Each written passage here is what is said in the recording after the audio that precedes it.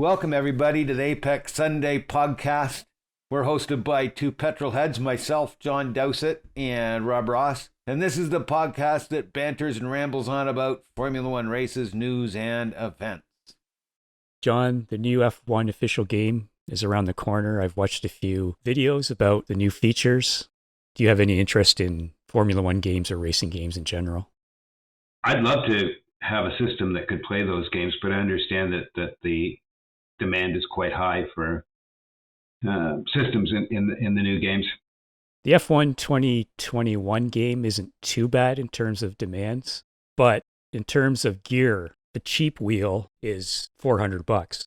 A good wheel is over $1,000 probably. So it's not a cheap habit to get into to do it properly. Everyone who I've seen who've gone up to the higher versions of the wheels drive better right away. So Right. That's pretty cool. And then the other thing is that the F1 game, the official one at least, doesn't have VR. Assetto Corsa does have VR. And from VR, from what I understand, that completely improves everything when you drive because you feel like you're driving a car. Obviously, you don't feel the physics, the G-force and all that, but you tend to look forward. You tend to look as if you were in a real car versus non-VR. So I'd love to try that one day. I'd like to drive most sport. I'd like to drive sports cars. Yeah. I'd like to drive what I know and what, and I think F1 is just, it's like fighter pilot level, isn't it? Yeah, absolutely. And Driver 61, that channel that we've both been raving about in private, they did an analysis on VR versus non-VR gaming. And again, the VR gaming, he really, really liked that. But in terms of fighter pilots and so forth, we both watched, which one did you watch on his driver profiles? The Alonso one? The Alonso. Is that what we're talking about? Yeah, Yes. that kind of freaked me out. To see him take the wheels and just jam them in through the corner. We have Max and Lewis in the current lineup, perhaps Charles Leclerc. These are drivers who try to do everything they can to get the most out of their car. And that Alonso thing was just utterly bizarre. What did you think of that? It just screams of what kind of talent he has. Because I remember you saying you saw him at the Canadian Grand Prix and you took a corner totally different than the other drivers. He's a phenomenal driver. Yeah. I've seen this in road racing, and actually one of the people that commented, Angus McSack, he's a very accomplished ice racer and now a road racer. Yes. I've seen him ice race. He's won multiple championships. Oh, yeah? And in ice racing, you're always looking for traction, and the traction is constantly changing. So where are you going to find that traction? Yes. And you have to experiment and do things. We don't see so much of that in Formula One. Mm-hmm. See a little bit of it in sports cars. Actually see a fair amount of it in sports cars. And in sports cars, we see different lines too, because different cars perform differently through corners. Right. Whereas we don't see that in Formula One that much either. They're all taking pretty much the same line. Yes. But the technique is just trying anything to get that extra inch. I think that was a wonderful video on Alonso. Yes. Yeah, and I think you'll really enjoy the Senna one too, where he blips the throttle, almost like people do ABS braking, where you pump the brakes to not have them lock up. He would do that with the throttle constantly. Right. And he'd kind of... Through a corner. Yeah, he'd keep the car sort of like in between, just slightly oversteering and under... Like, the balance is just incredible. Like, the edge that he accomplished by doing that.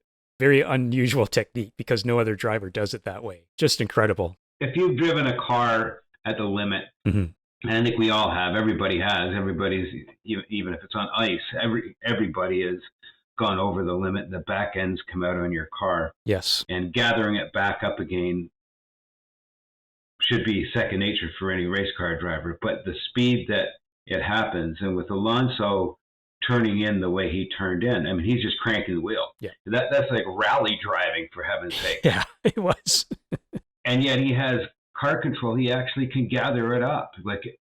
It's mind-boggling, because the violence of that's close to doing a Scandinavian flick, where you actually have a pause after the back end comes out so you can gather it back up again. But in his case, it's just going to snap, isn't it? Yeah, it's just incredible. I couldn't believe it. And when you get to the Schumacher one, that one's pretty interesting too, because he talks about corner rotation, and he's a master of that. Very fast entry. very fast in the corner and very fast exit. And basically, he would use the rear to steer the car and rotate the car. So you'd go in deeper into the corner and then sort of fling the car around and go through it. They compared his steering traces, like the throttle traces and everything else, to Johnny Herbert. But his steering trace was the most interesting because he was constantly doing little corrections, which indicates that he was on the edge. Whereas Herbert, there was no corrections in his steering traces, so he wasn't quite on the edge. And so those small differences, a tenth of a second a lap, 0.2, they make a massive difference at the end of the race, obviously. It's just interesting to me that we have a bunch of very, very, very great drivers in F1. And there's a few of them that are just a little bit better. And they always manage to find themselves in the best teams eventually, if not initially. And then it's the end of the story for everyone else, it seems. You have to know that the underlings are doing everything that they can. Yes. Well, when your racing days, did you know anyone who moved on very much further from club racing and so forth? All kinds of people. Oh, yeah? Yeah. And at the same time, there were a fair amount of the upper class guys that would come down and race in my class just to shake down cars. Mm-hmm. We'd have very, very serious race cars on the track. Right. At the same time, with very, very serious pro drivers on the track. I mean, I was on the track with Ludwig Heinrath and, Scott Maxwell and David Empringham, right, and those gentlemen. It was past Paul Tracy that was already in the stratosphere by the time I started racing. Right. And how did you start racing? Yeah. Well, I wanted to race a Mini Cooper, and I bought a Mini and had it close to race prep, then discovered I needed probably another $100,000 to make it competitive because there were some Americans that were throwing big bucks at them and making them do crazy things.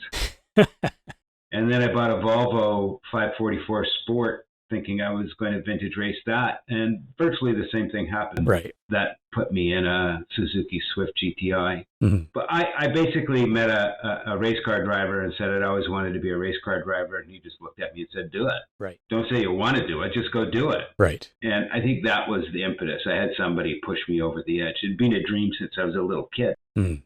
I see. But you just went right into it? Just no training, no karting experience other than occasional kart track, or what was your experience level? Absolutely zero. Oh, yeah. I went to race car school, mm-hmm. and I thought I was a great driver, and I drove like a maniac. Mm-hmm. Nobody could really keep up with me. Those heady days when you had friends that would drive like that on the road as well. Highly illegal. Right. I always seemed to be out front, so I just knew I was a great driver. As it turned out, I wasn't such a great driver. You go to race car school and you get woken up about what it's really all about. Yes. And got yelled at, and it was wonderful. It was absolutely wonderful. I loved race car school. Interesting. Yeah, the new F1 game, the biggest message that I've seen from people who have tried it out is that you have to manage the car a lot more. For instance, because they eliminated the special engine modes, you can't control your fuel in the race anymore. So when I used to play that game, I would always control my fuel, and I would try to be soft on the tires. So I'd always be doing lean fuel, then making it rich at certain parts of the circuit, back and forth and all that kind of thing. But now you can't do that at all. So you just have to control the fuel with your foot entirely. As the cars have become more complex, do you think that there is more controlling, more managing the car throughout a race than there used to be? Or is it just that the management is different in nature? In the past, it was manage it so that it wouldn't fall apart. Now it's manage it so that your tires last, basically, I guess, and that your fuel lasts. Reliability outside of this race is usually pretty good, even for tires. There's always been car set up. Mm-hmm. From day one, there's always been car set up, and some people like twitchy cars, and some people like pointy cars. Some people like cars that are tail happy, and yes, there you go. And it all depends on their driving style, and there's lots of stuff to manage. There will always be things to manage. Mm-hmm. From the early days of Formula One, there were lots of things that needed to be tweaked and changed. I think more now than ever, the engineers play such a big role. Absolutely. And the pit crew. Yes. Yeah. I'd like to see it go back to the days of no pit stop. And no radio? Radio is okay. These guys have got a lot to manage.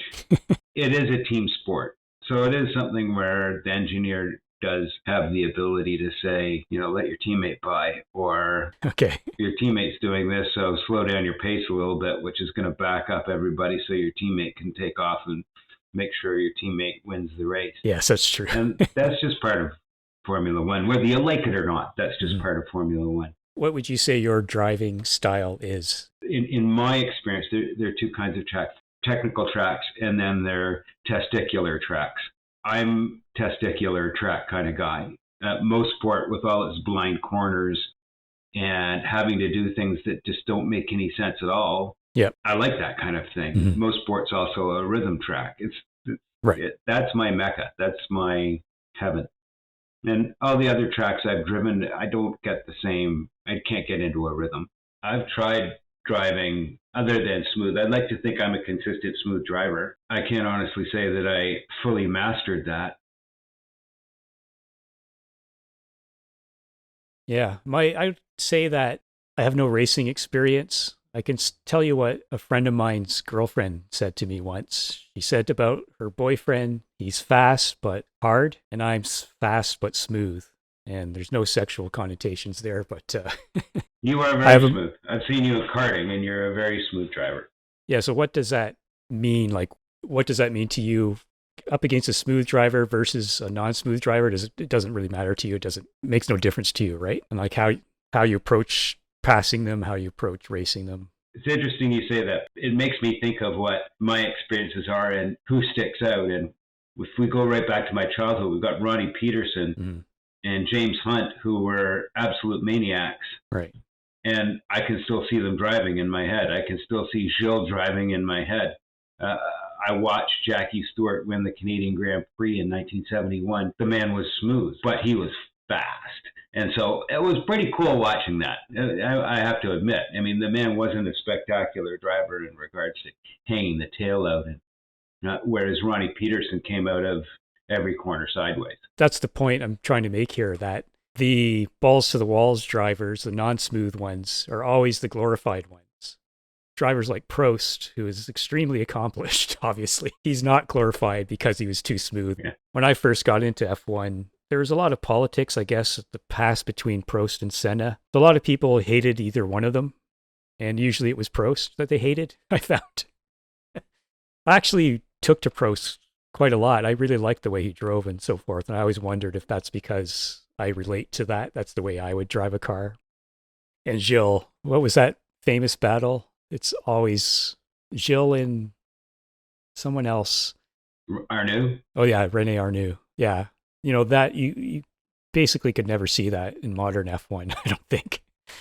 Or it would be very difficult. You see a little glimpse of it. Yeah, but not that long. Like, it just went on for 4 or 5 corners. That's what I mean. Like, we see little bits, but that long, I doubt we'd see that again. But we may, especially next season. I don't think that the other teams give them the opportunity to do it. I don't think the drivers let the other drivers do that. It's to get your elbows out. I'm not letting you into this corner. I'm not going to let you drive beside me. Right. All right. Well, should we move on to some news? Yes.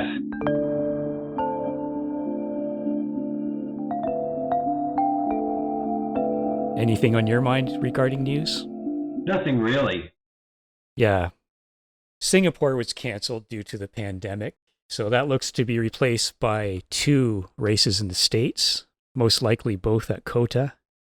The only thing that means to me is that Red Bull's not going to be happy because Singapore is a tight street circuit that, you know, we've seen them do well at Baku and Monaco, so Red Bull has lost one of their strong circuits because of that. How COTA, that's probably a wash between the two, Red Bull and Mercedes, although I have to say, last time I was pretty convinced that Lewis will take this championship. Now I'm kind of doubting that. So it looks to be a real battle. The other thing I saw was Russell and Bottas are both talking about getting new contracts. And Lewis too. Toto says he wants Lewis's done by June 15th, which is just less than a week from now. And then we're going to see what happens between Russell and Bottas. Do you think if Russell is promoted to Mercedes, what will happen to Valtteri? I think he will not find another seat, at least immediately, and may look elsewhere.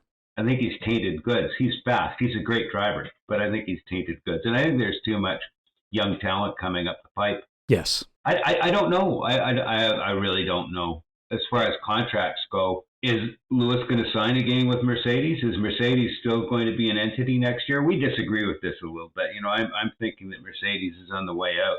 Toto is definitely ready to retire. He's had enough of this. I mean, he came into it a multi-millionaire. Mm-hmm. He's got his jollies. How much more can he do? He's made his mark. Yes. And did you see Nico Rosberg had an interview where he basically said, there's no way I'd be a F1 team manager. I've seen what Toto has to go through. So he's not really interested in that. But I think they're going to be around at least till 2024. And that's when apparently in 2025 we get new engines and all that kind of stuff. So I don't see them just taking off. They could extract and just do engines, but I don't know. I don't see any evidence of that. And I think Lewis would already know. In other news, we've got the change in the flexible rear wing. Yeah, that's coming. The test is coming on the next race. And that's really going to hurt Red Bull. Red Bull's always found a way to take an inferior power unit and somehow take that car and put it up at the front. Mm-hmm. Inferior engine, like the Renault. And that's all Adrian Newey. And this time, it's not a blown diffuser. This time, it's a wing. Yes. The other teams can't catch up. Yeah. And I think the Honda engine this year is definitely much better than it ever has been so far. You look at the Tsunoda and Gasly. Gasly qualified 4th. Tsunoda, he was qualified 7th and finished 7th. And there's a long straight on that circuit. They all have Honda engines. And of course, the Red Bulls did well until Max's tire blew.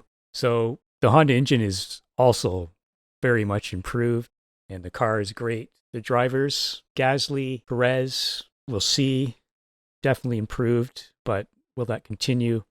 Max, we already know, and Tsunoda, he had a good race, but there's 2 good races, some bad races. He's still a rookie. I still see a lot of potential in him. We have to just give him time. I don't think you can measure any of these guys in their first year. No. Can you? I mean, I don't know.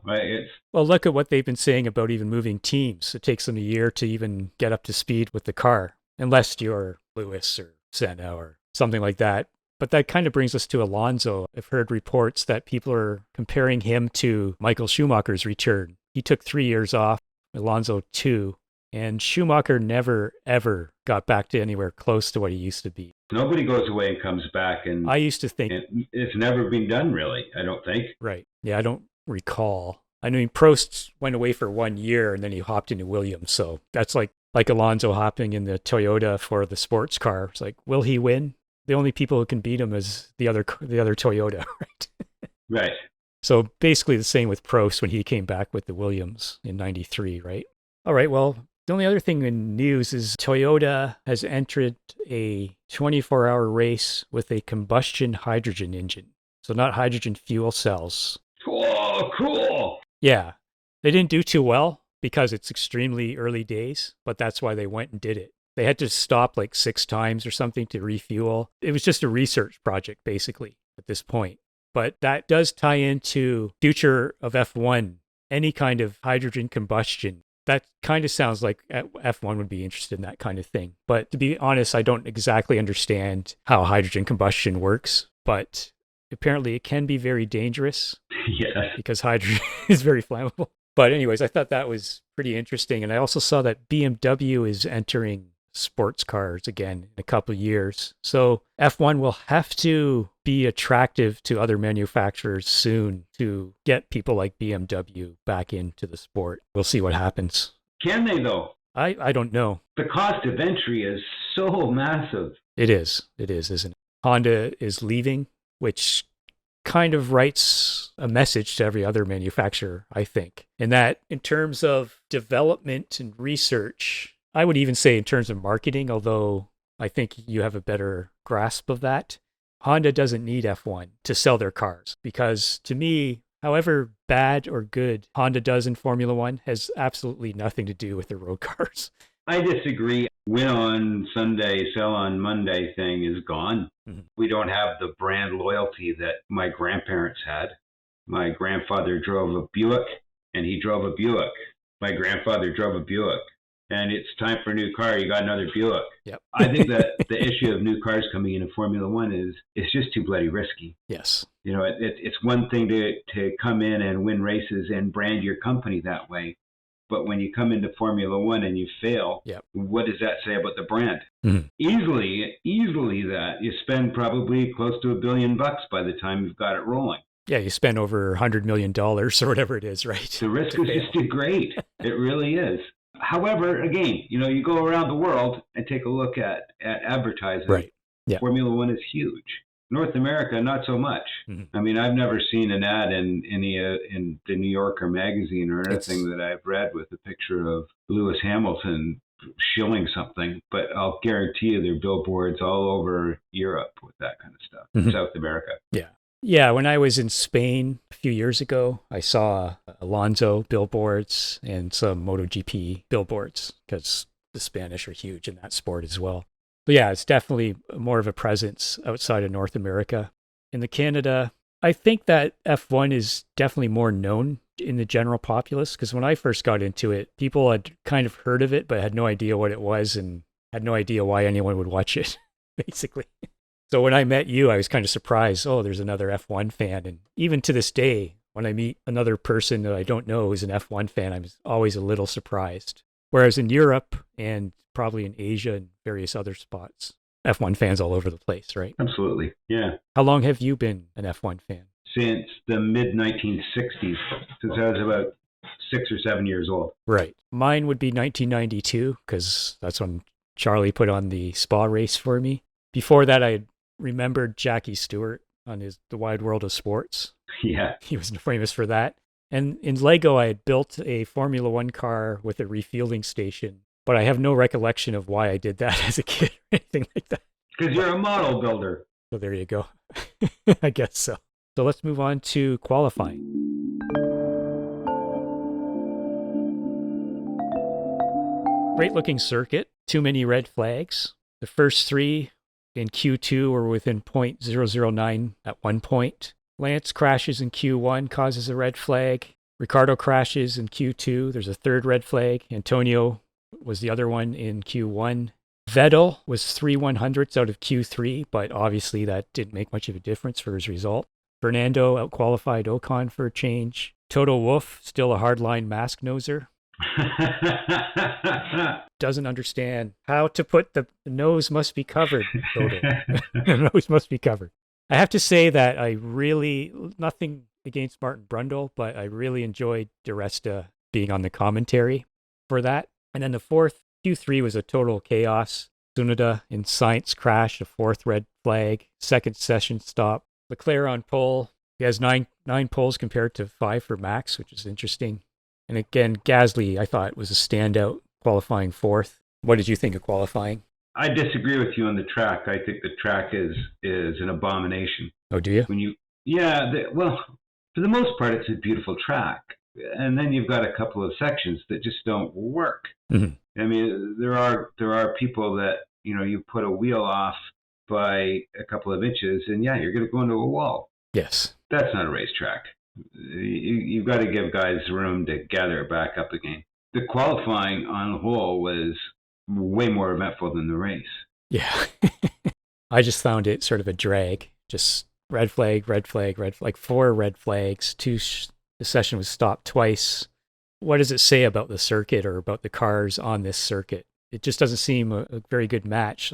There are some spectacular races here at times and some spectacular passes, but overall, it's made to be a safety car circuit. You're guaranteed red flags almost every time. But compare it to Monaco, and how do they pull it off at Monaco? Yeah.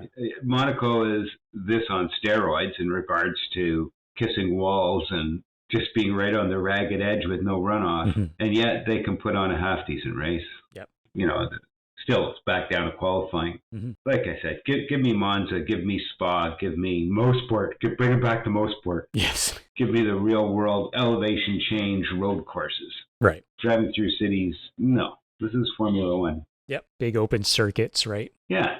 Yeah. Fast corners rather than a bunch of slow corners, that kind of thing. Mm-hmm. Yeah, I'd agree with that. got to have a hairpin. It's got to have sure a proper hairpin. But anyway, yes. I'm not saying 100% fast quarters, but, more often. So let's move on to the race. Again, I would say it was nice to have DiResta on commentary. I don't know where Martin was. Sometimes he does sports car races and so forth. I didn't see them mention anything. Wolf on the race day did figure out how to wear a mask, so that was exciting. Gasly and Perez had great starts. Perez had a great pass on Gasly. Perez knows he's out next year. He'll try to win. That's what I was thinking, but I don't know if he's out next year or not. They're the second driver of Red Bull. You're just never too sure, but he definitely got the maximum that he could, given that his teammate. He has a 1-year contract, right? He does, yes. So you're inevitably in danger if you're not close to max and you're in Red Bull, but he could be renewed. And as far as I was concerned, the race was done by lap 14, save for a safety car. Bottas had a terrible race. Leclerc, he fell back to 6th from his pole position, but that was kind of...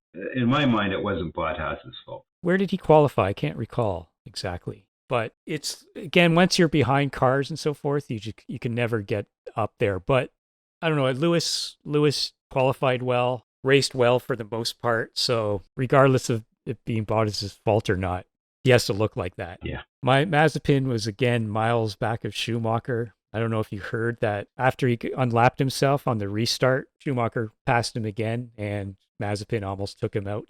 And there was a lot of anger about that. People aren't too happy with him. Ralph Schumacher said about Mazepin, such a nice guy out of the car. He's great to talk to. Once he gets in the car, totally different story. He thinks he should have some more consequences for that. And I guess the story of the race was the tire failures. And that basically changed everything, especially the 2-lap restart at the end there. Vettel was great. Once again, he did so well in Monaco, and he did amazingly well in this race. I was pretty happy to see that. Yes. That fight with Gasly and Leclerc, the beginning was really great. I'm of two thoughts on that one. I want to see Vettel do really well. I want to see Lance beat him because I'm Canadian. And I don't want Lance being diminished, and he's being diminished by Vettel, which is, yeah. Right. It's going to happen. Yeah. Well, it's interesting, like, what happened to Vettel at Ferrari? Was the environment just not for him? Was the car not for him? I guess we'll read about it years from now when all the research and everyone talks and so forth. But he's really, at least the last 2 races, like the Vettel of old. And for once, I watched the post-race press conference. I have to say I was shocked by how different they are now from the last time I watched a post-race press conference. They're so much more relaxed and more open. It reminded me of the MotoGP press conferences where the riders there tell you exactly what happened during the race in a way that you get more insight. And for a while in F1, the answers weren't that insightful, but this post-race interview, they were bantering between each other and joking and just very open, and I really enjoyed it. I think it's a better way to go. You know, like this being professional is one thing, but this kind of atmosphere is way better than this, the cold, static, boxed answers that we usually get. It's taken them a long time to come around, though. Mm-hmm.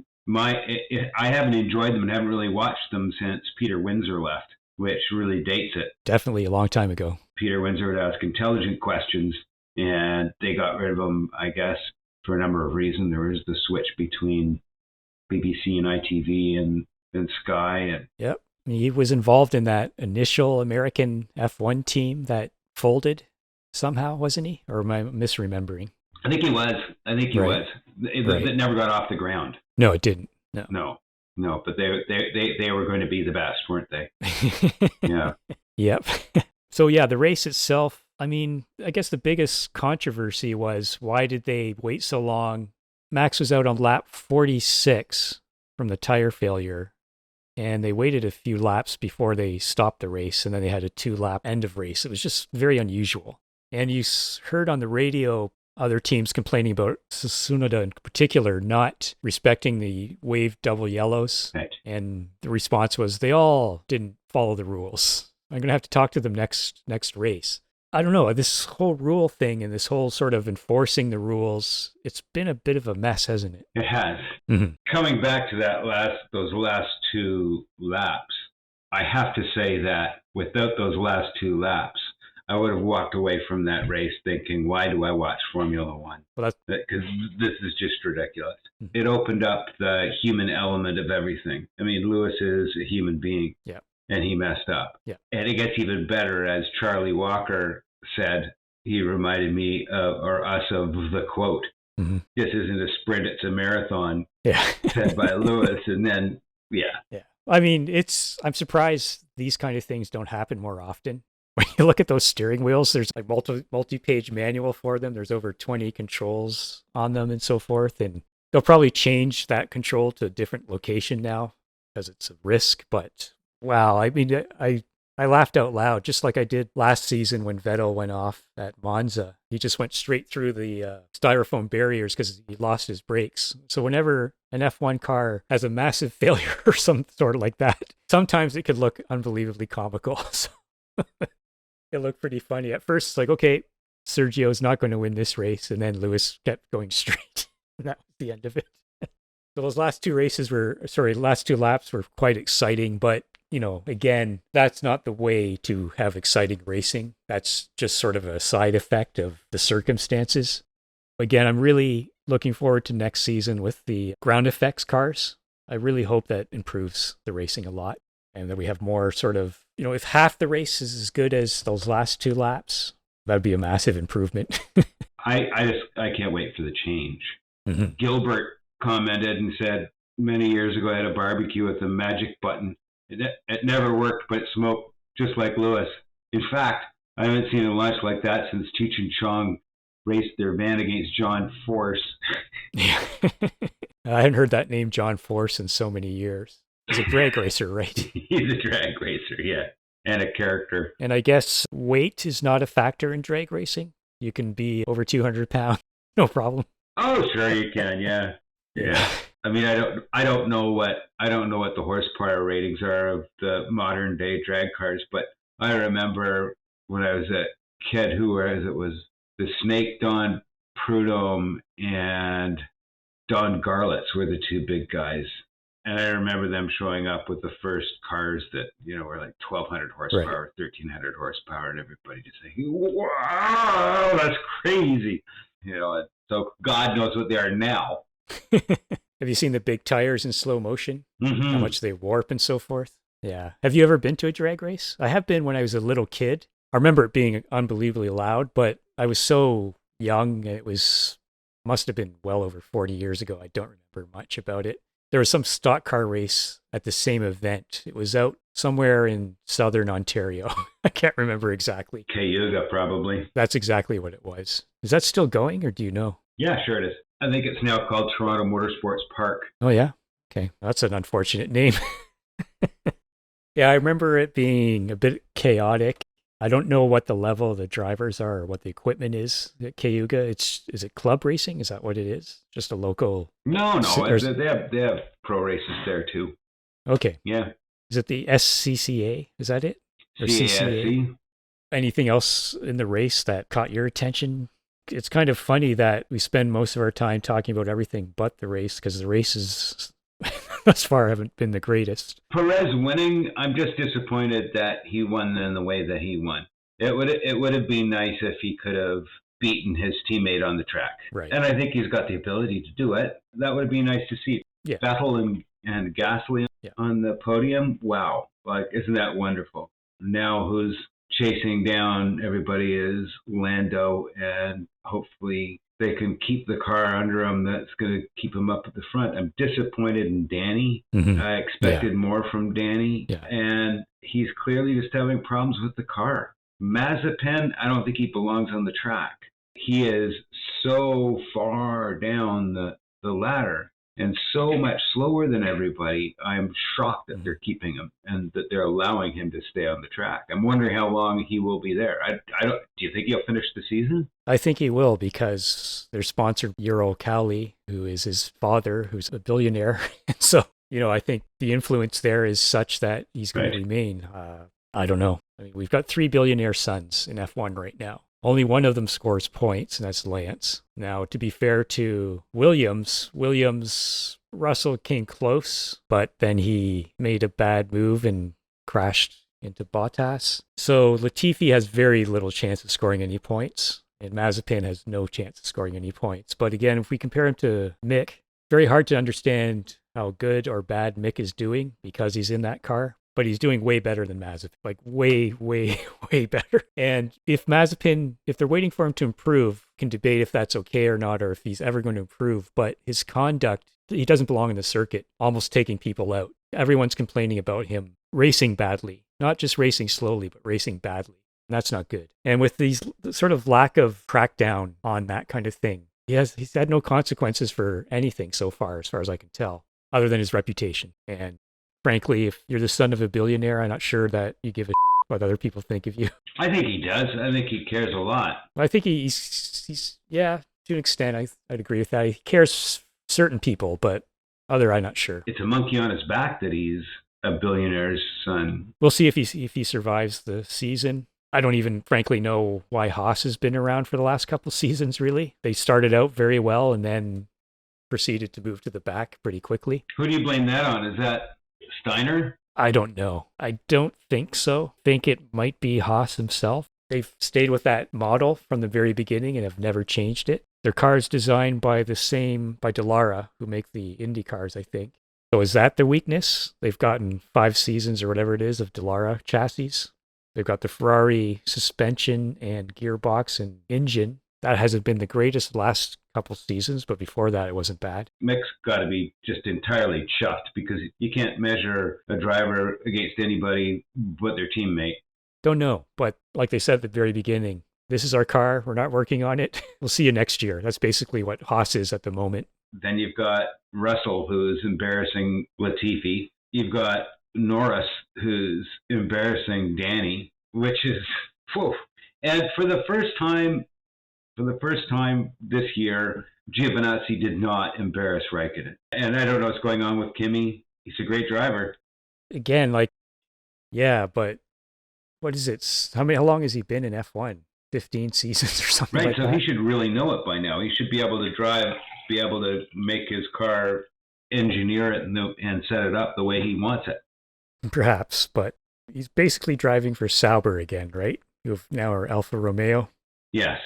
And that's an interesting team too, because before they became Alfa Romeo, they actually had a Honda deal lined up for Honda engines before Red Bull did. And then Vassar killed that deal when he took over the team and went with Ferrari. Hindsight is nice, but I always, even at the time, even though Honda wasn't doing too well, I always thought, why go from the support of a factory of Honda to get customer engines from Ferrari? I just never understood that.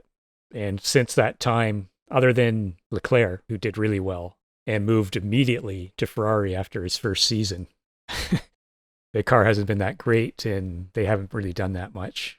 Kimi, I have no idea about. He won that race for Ferrari in the States a couple seasons ago. Before that, he hadn't won in a long, long time. Frankly, he almost won with McLaren. He won with Ferrari, and he did win. I'm not trying to delegitimize his win, but at the same time, Fernando and Hamilton lost that championship as well for their own fault. Anyways, I don't know what's happening with Kimi. I agree, though, that the new blood is pretty interesting. And if Kimi leaves, Perez, even Vettel, even though he's doing well, even Lewis, I could see leaving. Bottas, I'd be happy with Russell, Leclerc, Gasly, Norris. Sainz, Tsunoda becomes really good. Fernando's probably going to leave. Ocon. We've got some really, really good drivers, don't we? We just need teams. Why are you focusing on Perez leaving? Because he's driving for Red Bull and he's not Max Verstappen. So the last 4 years, that's a seat that I agree that he's probably not going to leave, but it's always in danger. That's all. I always think that until this result, I thought he's going to try to do as best as he can in this race, because if he doesn't improve soon, Red Bull's going to look elsewhere. That's all. He's 31, right? Something like that. He's been around for a long time. But maybe that's what Red Bull needs, and they don't even realize it. I think he's got a future. But then, what do I know? I mean, I thought that Kimi was going to come back and rock the world.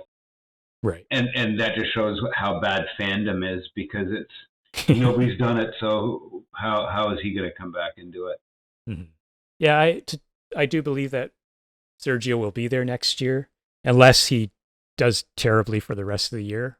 But until that point, they were basically saying Red Bull management was saying, disappointing in qualifying, pretty good in the race. So again, he was really good in the race this time. As for my driver of the race, I'm having difficulty between Vettel and Ghazaleh, but I'm going to have to go with Sebastian, I think. Just given that his past with Ferrari, his recent past, Leclerc kind of putting him to shame. He looked kind of beaten down, and it's just really nice to see him on the podium again and take advantage of the situation. What about you for driver of the day? I don't really have one. I really don't. Mm-hmm. It's difficult to categorize anything. And again, I could pick Vettel, because but he's an all-star. Right. Ghazaleh, I think I'd have to go with Ghazaleh. For Ghazaleh to end up on the podium, it's more than luck. Mm-hmm. Yeah. So we're both close, because Ghazaleh would be a close second for me, and I'd love to see him in a great car as well. Again, we're going to look for next year, and hopefully all these new great racers will have opportunity to show us this more often. I don't think I can pick a driver. I just have a tough time, because I can go through all of these drivers and say what I liked and what I didn't like, and I would say for the most part, the people in the top 10 did a fantastic job. True. Yeah, I just like to do driver of the race, because at the end of the year, we can tally them up and see if someone in particular stood out for us, or depending on what we select. For me at the moment, it would probably be Lando overall. Yes. But there's a lot of races to go. What about rating the race? We gave Monaco a 1. I'm going to give this a 4. I'm going to give it a 4. I was thinking 3. Yep. Just because of the last 2 laps. Right. It woke me up. Yeah, it woke me up from my nap. Right. Other than that, there was not a lot going on other than tires blowing up. Mm-hmm. And I don't know what was with that, but yeah, blowing up tires is not cool. No. We've seen it happen from time to time. And I think Pirelli, they're in an unfortunate situation where you see after the race, I saw people going, oh, Pirelli should be kicked out of the sport, Pirelli this, Pirelli that. But perhaps we should just stop even responding or listening to these people who are unbelievably reactive, because if they ran F1 teams, not a single driver on the grid would be on the grid right now. Not a single manufacturer. Oh, let's get rid of these guys. Right? So it's not easy to create a tire that can last that long against those kind of pressures at that kind of speed. So it's inevitable that certainly it's going to happen from time to time. And compared to the past, we're in a different world, aren't we? Compared to reliability from the past. And I was thrilled to see that profiled tire go away. Right. At the same time, I can look back at that era of the profiled tire and everybody had the same tire. Mm-hmm. Yeah. And how wonderful is that? Really, it truly is. Yeah. And I wish they could go back to that. Do you want multiple tire manufacturers? What is your opinion on tire wars? Well, listen, it made a huge difference in the past. Yeah, because that Alonso video, for example, the tires were part of the reason he did that as well, in addition to the car. Yes. The interesting part about that is it's that there's the extra little element that can completely change a race. And I love that. And I love that there's another element, as in I'm with Michelin, you're with Pirelli, you're with Bridgestone, I'm with Goodyear, whatever it may be. And it also comes back to what F1 is all about. And F1 is all about development. So if you've got the competition between those different tire manufacturers to come up with the fastest tire, yahoo, that's what it's about. I'd like to see that again. But again, Ken Slater said to me, let's get rid of pit stops. Let's get rid of the refueling and the changing of tires so we can see what these drivers are really about. Is it really going to tell us what the drivers are about if they do that? No, because there's still going to be the pit wall saying, do this, do that, do this, do that. Yeah. Well, it's kind of reminds me of Michael Schumacher, they used to say, the pit stops helped him because, especially when there was refueling, because you didn't have a full car all the time. So you'd have 3 or 4 periods of lean time, or maybe 2 to 3, depending on how many pit stops you had. And he could really, really take advantage of that. But again, you can take any set of rules and say, well, this driver will do a little bit better under that set versus that set. You just have to adapt to whatever rules are put out there. I don't think there's anything that is glaring that needs to be changed in my mind other than the formula. Yes, and they're doing that. So it just remains to be seen how well they do. So the next race is France, Paul Ricard. And as you said at the beginning, perhaps Red Bull will suffer a little bit if the flexi wing, if they've had to stiffen their wings a little bit. Some other teams as well, but Red Bull is the one that most people are concerned with. Other than that, it's nice to be in France again. And I'm looking forward to the race. It's a very interesting circuit, different layouts that they can do and so forth. And I've always wondered if that would be the future of circuit development, where you're not limited to 2 or 3 layouts, the internal smaller one, the external bigger one. They can do a whole bunch of different layouts of this circuit. You're absolutely right about it being the wave of the future of tweakable racetracks. Oh yeah, they're going to do that, you think? Oh, they've been doing it everywhere for a very long time. Okay. Mossport has a go-kart track that's adjustable. Shannonville has been adjustable since the dawn of time.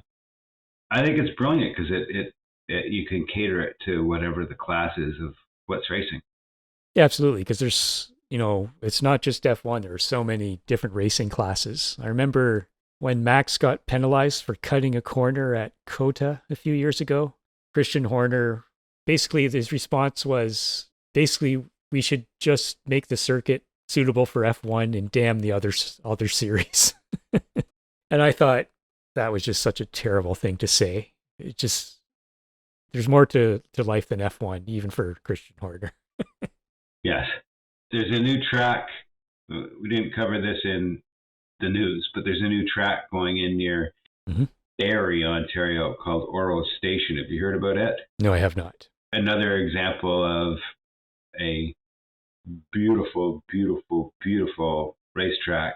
Okay. That is going to be configurable. Very, very nice.